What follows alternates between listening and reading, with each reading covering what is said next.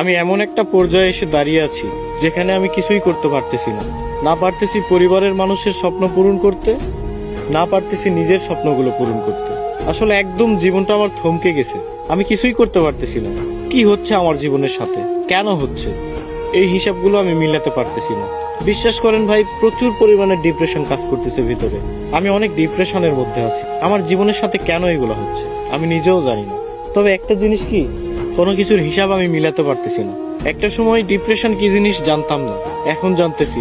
তবে একটা কথা মাথায় রাখবেন, ডিপ্রেশন বিভিন্ন ধরনের হয়।